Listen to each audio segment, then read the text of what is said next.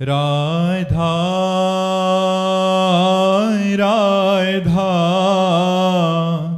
राधा राधा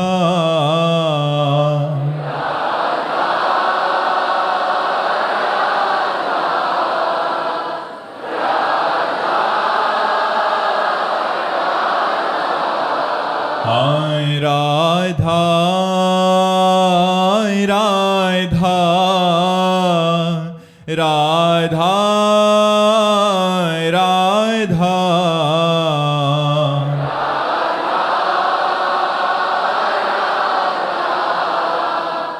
राधा राधा श्री राधा वल्लभ लाल की समस्त संत हरि भक्तन की श्री वृंदावन धाम की सद्गुरुदेव भगवान की। मातंगी जी राजस्थान से। राधे राधे महाराज जी।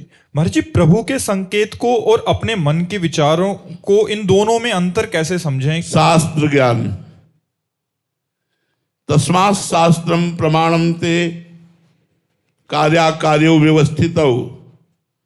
जो तुम्हारे अंतःकरण में आ रहा है, यदि वो शास्त्र विरुद्ध है तो कभी भगवत प्रेरणा नहीं हो सकती, वो मन की वासना है। यदि शास्त्र सम्मत है तो भगवत प्रेरणा है, शास्त्र के विरुद्ध है मन की वासना है। शास्त्र प्रमाण। इसीलिए सबको चाहिए कि नित्य शास्त्र स्वाध्याय करना चाहिए। कभी गीता जी, कभी श्रीमद् भागवत जी, रामचरितमानस जी, वेद पुराण शास्त्र सब बहुत हैं। थोड़ा समय अध्ययन में देना चाहिए, जिससे हमें पता चले कि हमारा क्या धर्म है, किसे अधर्म कहते हैं, क्या करना चाहिए, क्या नहीं करना चाहिए। ये जो हमारे अंदर स्फुरणाएं होती रहती हैं, ये दो प्रकार की होती हैं, एक असत और एक सत। सत क्या है, असत क्या है, इसका निर्णय करने वाला विवेक सत्संग से और शास्त्र स्वाध्याय से प्राप्त होता है। बिनु सत्संग विवेक न होई। तो विवेक के द्वारा निर्णय किया जाए कि ये शास्त्र सम्मत कार्य है या शास्त्र विमुख। शास्त्र विमुख वासना दुर्वासना और शास्त्र सम्मत कार्य उपासना, उपासना से भगवत सुख और शास्त्र विरुद्ध वासना दुर्वासना से नरक का दुख, ये प्राप्त होता है। रीमा जी मुंबई से। महाराज जी, मुझे गुरु चाहिए, वो कैसे और कब मिलेंगे? मुझे कैसे पता चलेगा कि ये मेरे गुरुदेव? भगवान से प्रार्थना करो, हे सच्चिदानंदमय श्री कृष्ण, आप मेरे सदगुरु हैं, पर प्रगट में गुरुदेव के रूप की आवश्यकता है। तो आप जहां मेरे गुरुदेव के रूप में हो, वहां मुझे ले चलिए, या आप स्वयं आकर मुझे स्वीकार कर लीजिए। तो बंदो गुरुपद कंज कृपा सिंधु नर रूप हरि। हरि नर रूप, कृपा सिंधु, कृपा सिंधु हरि ही नर रूप में मुझे गुरुदेव के रूप में मिले, ऐसी कृपा करो। जिनके वचनों के प्रकाश में हम अपने अज्ञान अंधकार का नाश करके भगवत प्राप्ति कर सके। बंदो गुरुपद कंज कृपा सिंधु नर रूप हरि, महामोह तम पुंज जासु बचन रवि कर निकर। ये भगवान से प्रार्थना करो, वही सदगुरु हैं, वही सदगुरु रूप से मिलते हैं, दूसरा कोई नहीं। जो सदगुरु को भगवान नहीं मानता, उसकी कभी कल्याण नहीं होने वाला, कभी आध्यात्मिक उन्नति नहीं होती। गुरु साक्षात परब्रह्म तस्मै श्री गुरुवे नमः। सुरुचि सिंह जी ऋषिकेश से। राधे राधे महाराज जी। महाराज जी, भगवान शंकराचार्य जी ने प्रश्नोत्तरी में शत्रु कौन है जो मित्र सा लगता है के उत्तर में कहा है पुत्र आदि। महाराज जी, इसमें क्या रहस्य? मित्र सा लगता है परंतु शत्रु है से तात्पर्य? देखो, भगवत प्राप्ति जब करनी होती है तो सर्वतो मनुष्यो असंगमादौ, सबसे मन हटाकर प्रभु में लगाना है। सबसे मन हटाकर, सरल भाषा में लिखा है, जननी जनक बंधु सुत दारा तन धन धाम सुहृद परिवारा। सबकी ममता ताग बटोरी मम पद मनहि बांधी बर डोरी। सबकी ममता ताग बटोरी मम पद मनहि बांधी बर डोरी। पुत्र में, पति में, परिवार में, सब में मेरा भगवान विराजमान है, इस भाव से प्यार करो। अगर पुत्र को शरीर भाव से प्यार करोगी तो मोह हो जाएगा, मोह हो जाएगा तो भगवान की भक्ति नहीं बनेगी। मोह गए बिनु राम पद होए न दृढ़ अनुराग। तो मोह त्याग के लिए भगवान शंकराचार्य जी उस मोह को कहते हैं कि ये पुत्र आदि में जो मोह है यही शत्रु है भगवत प्राप्ति करने के लिए, यही हमें भगवत प्राप्ति नहीं होने दे रहा। तो क्या हम अपने पुत्र का त्याग कर दें? नहीं, और प्यार करो, लेकिन उसमें भगवान मान के प्यार करो कि इसमें भगवान विराजमान है। मेरे पुत्र में, मेरे पति में, मेरे सास ससुर में, मेरे परिवार में, चराचर जगत में, सब में भगवान विराजमान।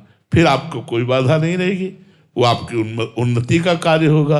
तो वहां मोह को शत्रु बताया गया, ना कि पुत्र को। पुत्र आदि में जो मोह है वो शत्रु है। मोह माने अज्ञान, अज्ञान, ममता। ये मेरा पुत्र है, नहीं, नाथ सकल संपदा तुम्हारी, मैं सेवक समेत सुत नारी। ये सब आपकी वस्तु है। मोहनलाल जी, राधे राधे महाराज जी। महाराज जी, ज्ञान मार्ग में भगवत प्राप्ति सरल है या भक्ति मार्ग में? जो विवेक प्रधान है, वैराग्यवान है, संसार से ऊब चुका है, उसे ज्ञान मार्ग सरल है। तो थोड़ा विषय भी अच्छे लगते हैं और भगवान भी अच्छे लगते हैं, वो भक्ति मार्ग से सरलता पूर्वक भगवान को प्राप्त कर लेगा। जो कर्मकांडी है, कर्मठी है, खूब कर्म करने का स्वभाव है, वो कर्म योग में लगे और कर्म को भगवान को समर्पित कर दे तो उसे भगवत प्राप्ति हो जाएगी। कोई मार्ग कठिन नहीं है और कोई मार्ग सरल नहीं है। जो मार्ग रुचिकर हो उसी मार्ग में चल देना चाहिए, योग्यता के अनुसार। सुनीता जी, पंजाब से, राधे राधे महाराज जी। महाराज जी, गोस्वामी तुलसीदास जी की एक चौपाई है, ममता तरुण तमी अंधियारी, राग द्वेष उलुक सुक्कारी, तब लगी बसती जीव मन माही, जब लगी प्रभु प्रताप रवि नाही। महाराज जी, ममता पूर्ण अंधेरी रात है जो राग द्वेष रूपी उल्लुओं को सुख देने वाली है। वो ममता रूपी रात्रि तभी तक जीव के मन में बसती है जब तक प्रभु का प्रताप रूपी सूर्य उदय नहीं होता। महाराज जी, इस चौपाई में गोस्वामी तुलसीदास जी ने किस प्रकार की ममता की बात कही है जो अंधियारी रात्रि के समान राग द्वेषी? वही ममता जो अपने शरीर में ममता, जो भोगों में राग, जो शरीर संबंधियों में राग, यही तो। ये अपने हैं, ये पराये हैं। अपने में राग, पराये में द्वेष, अनुकूलता में सुख, प्रतिकूलता में दुख, ये सब ममता में ही तो रहता है। निर्ममो, जो ममता रहित होकर के प्यार करता है वो साधक है, और जो ममता युक्त करके प्यार करता है वो संसारी है। इसी में राग द्वेष रूपी उल्लू होते हैं। भगवान का प्रताप, ये सबसे बड़े। जहां राम प्रताप रूपी सूर्य है वहां ममता नहीं रहती। प्रताप कैसे उदय? भगवान की लीला कथा सुनो, भगवान के प्रेमी महाभागवत को गुरु मानो, भगवान की प्रेमी महाभागवत के द्वारा दिए गए नाम मंत्र को जपो, तो आपके हृदय में भगवान का प्रताप उदित होगा। और प्रताप जब उदय होता है तो सब भय, शंका सब निवृत्त हो जाता है। एक अद्भुत आनंद रहता है और मन भगवान के चरणों के बल से संसार के सारे कर्तव्यों का पालन करते हुए भी भजन परायण रहता है। देखो राम प्रताप में कितना बड़ा बल है। जब बार बार मनुष्य नर करके रावण बात करता भगवान के लिए, तो अंगद को आवेश आ गया और कहा, जिसने तुम बार बार मनुष्य कहते हो, उन भगवान के बल से मैं कहता हूं कि मैं उनका एक छोटा सा दास हूं। तेरी सभा में अगर कोई वीर हो, मैं पैर जमाता हूं, मेरा पैर उखाड़ दे, राम सीता को हार जाएंगे और वापस हो जाएंगे। कोई वीर हो, हिला के दिखा दे। जानते थे कि 20 बार कैलाश उठा चुका है रावण। मेघनाथ जैसे कोई पक्षी को बंदी बना के लावे, ऐसे देवराज इंद्र को बंदी बना के डाल दिया था रावण के सामने, इसीलिए उसका नाम इंद्रजीत हुआ। नरांतक, देवांतक ऐसे असुर बैठे हुए थे जो हिला दे पृथ्वी को अकेले। उनके बीच में भगवान के प्रताप का परिचय प्राप्त करने वाले अंगद ने चमत्कार प्रकट कर दिया। एक एक वीर क्या 10-10 हजार वीर एक साथ लगे, लेकिन हिला भी नहीं अंगद का चरण। राम प्रताप सुमिर पन रोपा। तो जिसके हृदय में भगवान का प्रताप जागृत हो गया, वहां राग द्वेष, अनुकूलता प्रतिकूलता, सुख दुख, जय पराजय, ये सब भाग जाते। द्वंद्व परमानंद रहता है, द्वंद्व नहीं रहता, परमानंद रहता है। डॉक्टर विवेक तांगड़ी जी लखनऊ से। राधे राधे महाराज जी। पर जी, समाज की सेवा करते करते परिस्थितियों को, बाहरी जगत को देखते देखते बहुत वैराग्य आता है। सिर्फ श्री हनुमान जी की सेवा और एकांतवास का मन होता है, परंतु आश्रम, गुरुकुल और मठ, इन सब में समय न देने से व्यवस्थाएं बिगड़ती हैं। तो प्रश्न महाराज जी मन में आता है कि प्रभु की भक्ति और सेवा महत्वपूर्ण है या फिर इन व्यवस्थाओं के उससे भगवान का स्मरण करते हुए सेवाएं करना ही चाहिए। लेकिन प्रभु आज्ञा जही का जस आई, सोते ही भांति रहे सुख लाई। प्रभु जैसी आज्ञा करते हैं वैसे दास को जीवन निर्वाह करना पड़ता है। ईमानदारी से कह रहे, सत्य कह रहे। मन बार बार भागता है, एकांत रहो, एकांत रहो, एकांत। पर हम 4 बजे से लगे हैं दिनचर्या में, अपनी दिनचर्या पहले कर चुके, अब दिनचर्या में लगे हैं। अब ये प्रभु के द्वारा दी हुई दिनचर्या है, हम चाहते हुए भी नहीं छोड़ सकते, हमको जबरदस्ती करना पड़ेगा। तो प्रभु आज्ञा जही का जस आई, सोते भांति रहे सुख लाई। इसलिए नाम जप करो, भगवत चिंतन करो, और जो मठ है, हनुमान जी की सेवा है, वो सब भगवान का भजन ही है। हाँ, आप दास बने रहो, स्वामी मत बनना। मान प्राप्ति की इच्छा का त्याग, धन प्राप्ति की इच्छा का त्याग, जो कुछ स्वाभाविक आ जाए भगवान की इच्छा से, उसी से मठ मंदिर का सेवन करो और नाम जप करो। ये भी भगवान की सेवा है। अगर संत जन, साधु जन, भक्त जन मठ मंदिर का सेवन नहीं करेंगे तो जो अधर्मी लोग हैं इनका अधिकार हो जाएगा। अब मठ मंदिरों में अगर धर्मात्मा पुरुष नहीं रहेंगे तो अधर्मी लोग वहीं गंदे आचरण करेंगे। इसलिए जरूर साधकों को, संतों को, महंतों को, महापुरुषों को ही तो जगत का उद्धार करने वाला बताया गया है। तो मंदिर इसीलिए वो बनवाते हैं कि हजारों लोग भजन नहीं कर सकते, लेकिन आकर के यहाँ दर्शन मात्र भगवान के तो करेंगे। तो जय हनुमान जी, प्रणाम किया, चले गए, इतना ही पुण्य बन गया उनका। एक एक कदम भगवान के दर्शन के लिए जब जाया जाता है, वो पवित्र करने वाला होता है। इसलिए ये कोई साधारण बात नहीं। मंदिर आदि, भगवान के मंदिर की परिक्रमा करना, भगवान के मंदिर के दर्शन करना, ये भगवान के सामने कुछ देर बैठना, मंत्र जप करना, ये सब महामंगलमयी बातें। तो यदि संत जन सब छोड़कर गंगा किनारे, यमुना किनारे, पर्णकुटी में रहने लगे तो फिर समाज हमारी कहाँ रहेगी, कैसे चलेगी। इसीलिए संत महात्मा अपने हृदय की बात को दबा करके, अपने उद्धार की बात को दबाकर जगत उद्धार के लिए वो गुण गाते, प्रभु का मंगल गान करते हुए प्रभु का जगत में विचरण करते हैं। तो हमें चाहिए कि जिसमें हमें सुख मिले उसका त्याग करे, और जिसमें संसार को सुख मिले उस बात को पकड़े। यदि हमारे प्रवचन से, हमारे बोलने से लाखों को सुख मिलता है तो हम एकांत में नहीं बैठेंगे, हम बोलेंगे। जिससे लाखों को सुख मिलता है, एकांत में बैठकर भजन करने से मेरे को केवल सुख मिलेगा, लेकिन उतना समय हम आपको दे रहे हैं, इससे आप सबको सुख मिल रहा है। तो मुझे ये बात पकड़नी, वो बात छोड़नी है।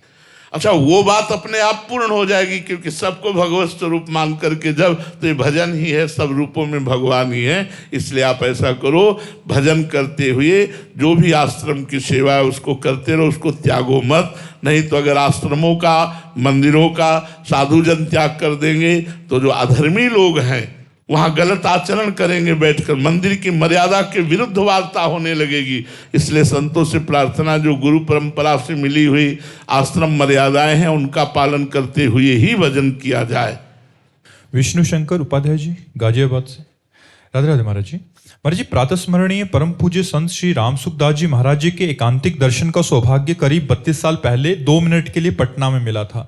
उसमें उन्होंने एक उपदेश किया, जीवन में 3 ही बातें, जानना, मानना और करना। जानना है अपने आप को, मानना है ईश्वर को और करना है सेवा, जिसको मैं अपने जीवन में धारण करने का मन बनाए रखा है, जिससे कभी भी मुझे किसी का सहयोग का मौका मिला या नहीं मिला फिर भी मैं करता रहा। बट कोशिश भी किया कि महाराज जी कह रहे हैं कि इनका भाव यह आगे कि व्यवहार में महाराज जी कभी कभी मतलब असहजता सी महसूस होती है कि जितना हम अपेक्षा करते हैं दूसरों से उतना। दूसरों से अपेक्षा करते इसलिए जाना नहीं, दूसरों से अपेक्षा करते इसलिए माना नहीं, दूसरों से अपेक्षा करते इसलिए करना सीखा नहीं। अभी तीनों बात में तुम फेल हो।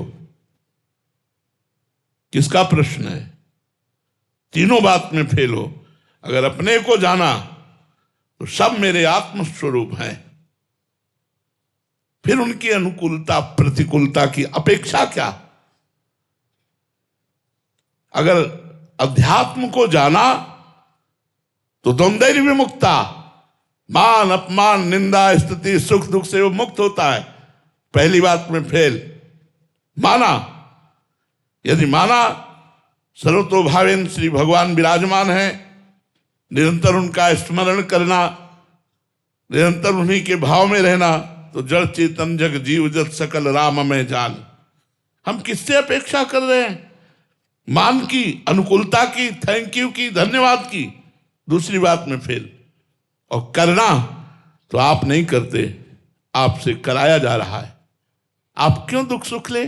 जैसा कराया जा रहा है, जो ही प्यारो करे सोई मुहि भावे। अभी तीनों बातें समझ नहीं पाए, इसीलिए आपको ऐसा लगता। नहीं तो परमानंद के लिए हैं तीनों बातें, संत के मुख से निकले हुए वचन परमानंद प्रदान करने वाले। तो ठीक से समझो। आप अपने को देह मानते हैं, आप अपने को कर्ता मानते हैं, इसलिए आप दुखी हो रहे हैं। अगर आप अपने को जान जाए तो फिर सब बात बन जाए। अगर आप मान जाए सब बात बन जाए। मानो सब में भगवान विराजमान है, और सेवा तो भगवान के बल से हो रही है। तो दियम वस्तु गोविंदम तो विमेव समर्पे। आपके बल से, आपके धन से, आपकी बुद्धि से आपकी सेवा हो रही। नाथ, आप चाहे गाली दो, चाहे मारो, चाहे अपमान करो, मैं तो आपका सेवक ही हूँ। आनंद आ जाएगा, क्या परेशानी? अभी समझा नहीं, इसलिए आपको थोड़ा सा प्रतिकूलता आने पर दुख का अनुभव होता है। ठीक अध्यात्म से चलो। ये दुख सुख के ऊपर है अध्यात्म, आनंदमय है अध्यात्म। इसमें सामने वाले की अपेक्षा नहीं रखी जाती। निरपेक्षम, अनपेक्षा। हम आपको पानी पिलाए, आपके पैर दबाए, आपको भोजन पवाया, तो कम से कम थोड़ा तो आप अनुकूल देख लीजिए हमारी तरफ। नहीं, अनपेक्षा। यह हमारा कर्तव्य। भगवान ने मुझे सेवा दी है, आप भगवत स्वरूप पर सेवा किया और चल दिए। आप क्या करते हैं इससे हमें कोई मतलब नहीं। एक संत ने अपने शिष्य को उपदेश किया। शिष्य ने पूछा, गुरुदेव, मैं संसारी गृहस्थ में रहता हूं, मेरे से ज्यादा साधना तप जप तो हो नहीं पाएगा, मुझे भगवत प्राप्ति कैसे होगी? कोई साधारण सहज सरल उपाय बता दीजिए। तो उनका, रोज एक संत को भोजन पवाओ, भगवत प्राप्ति हो जाएगी। रोज एक संत को आओ, लाओ, चरणामृत उतारो, आरती करो, साष्टांग दंडवत करो, भोजन पवाओ, उनकी जूठन पाओ, तुम्हारा कल्याण हो जाएगा। पक्की बात, अमोघ बात बता दी। अब वो रोज संत लाते। कई वर्ष हो गए। एक दिन एक गांव में संत आए, स्वतः तो उनको तो संत प्राण प्यारे लगने लगे थे। अब सेवा करते करते वो दौड़ के गए, महाराज जी कल हमारे यहाँ भोग पाइए। संत जी आए, भोग पवाया, खीर और परोस दी। संत ने दोबारा जब खीर परोसने लगे तो बस उन्होंने फिर डाल दिया। जे डाला तो खींच के उनके तमाचा चोर के उनके थप्पड़ मारा। खीर खा ली तो थप्पड़ मारा जोर के उनके। खीर खा के उठे, वो साष्टांग दंडवत किए, हाथ जोड़कर जैसे संतों को विदा करते थे वैसे विदा किया। वो उसी गांव में रुके। दूसरे दिन शाम के फिर वो भगत जी गए, महाराज जी कल प्रसाद आप हमारे यहाँ ही पाइए। देखा ठीक है, आए, प्रसाद पाया और कहा बेटा कल तुम्हारे थप्पड़ मारा था, तुम्हें बुरा नहीं लगा? अरे महाराज जी ये शरीर आपका सेवक है, ये शरीर आपका है, आप मारो पीटो कुछ करो, महाराज जी मेरा इस पर कोई अधिकार नहीं, मैं तो आपका दा। बोले बहुत शीघ्र भगवान का साक्षात्कार तुम्हें हो जाए, यह आशीर्वाद मिला। बहुत शीघ्र अब तुम्हें भगवान का साक्षात्कार होने वाला है, क्योंकि अब तुम योग्य हो गए हो भगवान के दर्शन के। ये बात हमारे द्वारा किया हुआ दूसरे के प्रति परहित का कर्म और उसके बदले में अनुकूलता ना चाहना, यही हमारा परमार्थ है। अगर हम ये नहीं जाना तो परमार्थ ही नहीं जाना। प्रायः सबकी ये भावना रहती है कि अगर हम किसी को थोड़ा भी हित करें तो वो थोड़ा हमारे अनुकूल तो बोल दे, ना ज्यादा सही तो इतना भी तो कह दे कि धन्यवाद, थैंक यू, आपने मुझे पानी पिलाया। ये भी सुनना मुझे नहीं है, ये भी चाहना नहीं, तभी परमार्थ पुष्ट होगा। जो बदले में कुछ चाहता है वो परमार्थी नहीं होता। पर उपकार का मतलब यही होता है बदले में कुछ ना चाहना। विमलेश जी, राधे राधे महाराज जी। गुरुदेव भगवान, मेरा प्रश्न है कि सेवक वाणी जी में पूजनीय श्री सेवक जी महाराज जी ने कच्चे धर्मियों के जितने भी लक्षण बताए हैं, आचरण बताए हैं, वो मुझे अपने आप में दिखते हैं। महाराज जी मैं ऐसा क्या करूं कि मैं पक्का धर्मी बन जाऊं? राधा वल्लभ श्री हरिवंश, राधा वल्लभ श्री हरिवंश नाम जप करो और चतुरासी जी का पाठ करो और रोज सत्संग सुनो हित धर्मियों का। हित धर्मियों का रोज सत्संग सुनो, बिल्कुल पक्के बन जाओगे। जब कोई कच्ची वस्तु होती है तो उसे आवे में तपाई जाती है तब वो पक्की बनती है। आग में तपे बिना कोई सिद्ध थोड़ी होता है। चावल सिद्ध करना है तो आग में उबालना पड़ेगा, मटकी को पक्की करनी है तो उसे आग में तपाना पड़ेगा। तो संतों की आज्ञा पर जो चलते हैं, रसिकों की आज्ञा पर जो चलते हैं, धर्म विरुद्ध आचरणों का त्याग करते हैं, नाम जप करते हैं, भगवत लीला गुणगान करते हैं, वो सच्चे बन जाते हैं।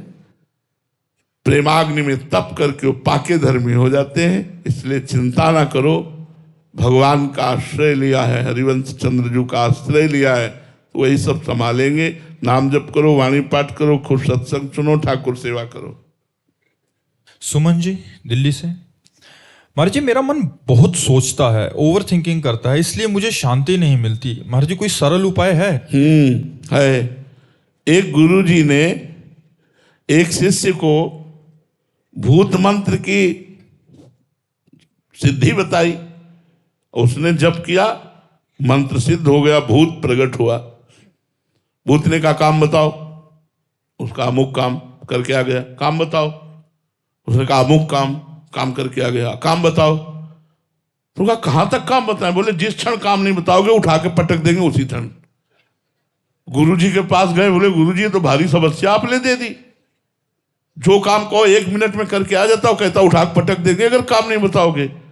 तो गुरुजी ने कहा एक काम करो, एक बांस गाड़ दो, बांस गाड़ दो और उससे कहो इसमें चढ़ो उतरो, जब और काम होगा तो हम तुम्हें बता देंगे।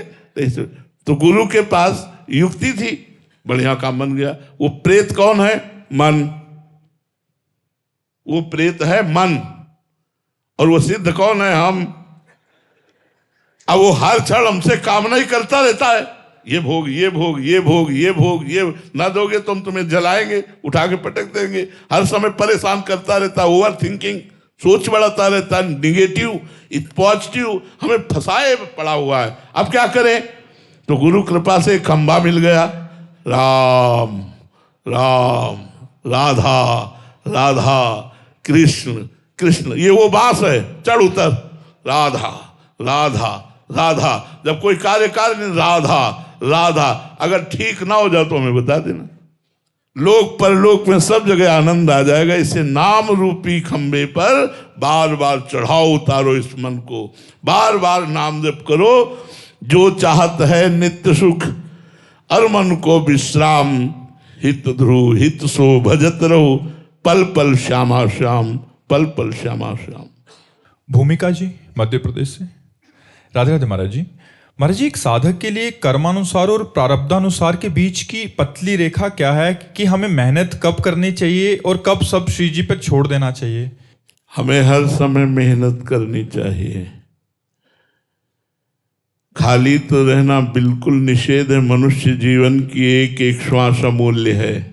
हाँ, कभी कर्तव्य कर्म कर रहे हैं, कभी धर्म कर्म कर रहे हैं, तो कभी भागवत धर्म कर्म कर रहे हैं। भागवत धर्म नाम जप कर रहे हैं, शास्त्रों का स्वाध्याय कर रहे हैं, सत्संग कर रहे हैं। धर्म कर्म तीर्थयाटन, गरीबों की सेवा आदि आदि। कर्तव्य कर्म नौकरी, व्यापार, किसानी, जो भी कर्तव्य कर्म है कर्म करते हैं। प्रारब्ध केवल सुख दुख देता, वो कर्म नहीं कराता। प्रारब्ध कर्म नहीं कराता, प्रारब्ध परिणाम है किए हुए कर्मों का। जो पूर्व में हमने कर्म किए उनको संचित कर्म कहते हैं, और संचित कर्मों से कुछ शुभ और कुछ अशुभ निकालकर मानव देह की रचना हुई है। शुभ का फल सुख और अशुभ का फल दुख। तो प्रारब्ध केवल सुख और दुख देता है, सफलता और असफलता देता है, ना कि वो कर्म कराता है। कर्म क्रियमाण होता है, क्रियमाण बुद्धि के द्वारा निश्चय, मन के द्वारा संकल्प, चित्त के द्वारा चिंतन और अहंकार के द्वारा मैं करता हूं ऐसा स्वीकृत होता है। तो कभी भी कर्म रहित नहीं होना चाहिए। कभी कर्तव्य कर्म, कभी धर्म कर्म, तो कभी भागवत धर्म कर्म। भगवत प्राप्ति के लिए प्रयत्नशील होना, शास्त्रों का स्वाध्याय करना, संतों का समागम करना, नाम जप करना, परोपकार करना, ये हर समय हमारे अंदर जीवन में चलता रहे। मैं कैसे भगवान को प्राप्त कर लूं? अगर लोक की कोई वस्तु प्राप्त करनी है तो भी भगवान की कृपा से हो जाएगी, परलोक की प्राप्त करनी तो भगवान की कृपा से हो जाएगी। बिना भगवान की कृपा से प्रारब्ध में इतना दम नहीं कि हमारी कामनाओं की पूर्ति कर सके, वो हमें शांति प्रदान कर सके, वो हमें परम आनंद प्रदान कर सके। प्रारब्ध सांसारिक सुख और दुख दे सकता है, वो भी क्षणिक, ना कि स्थायी। जैसे दिन स्थायी नहीं रहता, रात्रि आती है, रात्रि स्थायी नहीं रहती, दिन आता है, ऐसे ही प्रारब्ध के अनुसार कभी सुख कभी दुख देखा जाता है। तो हमें निरंतर प्रयत्नशील होकर पुरुषार्थ करना चाहिए, जिससे हमारे काम, क्रोध, लोभ, मोह, मद, मत्सर ये मिटे और हम भगवान की तरफ बढ़ें, हमारा चित्त अध्यात्म में लगे। ये मनुष्य जीवन की सार्थकता है। जो केवल कमाना, खाना, भोगना, संसार का चिंतन करना और भगवान से विमुख रहना, वो मृत जीवन है। जिन हरि भगत हृदय नहीं आनी, जीवित सब समान ते प्राणी। वो मुर्दे के समान जीवन है, जो केवल खाया पिया, भोगा, कमाया, बस। न कोई अध्यात्म से मतलब, न संत समागम से मतलब, न भगवान से मतलब। तो हमारा जीवन कर्तव्य परायण होना, धर्म परायण होना और भगवत प्राप्ति करना, यही तन कर फल विषय न भाई, भजी राम सब काम बिहाई। हमारा मनुष्य शरीर ये भगवान का भजन करके भगवत प्राप्ति के लिए मिला है। यदि हम ऐसा नहीं किया तो बहुत बड़ी हानि हो जाएगी। प्रारब्ध कोई देवता नहीं है, पूर्व का किया हुआ कर्म है और उसको हम नवीन कर्म के द्वारा अपने भाग्य का नया निर्माण करें, भगवत प्राप्ति करें। हम प्रारब्ध के अधीन होकर कायर की भांति बैठना ठीक नहीं है। दैव दैव आलसी पुकारा। कर्तव्य परायण रहिए, पुरुषार्थ परायण रहिए।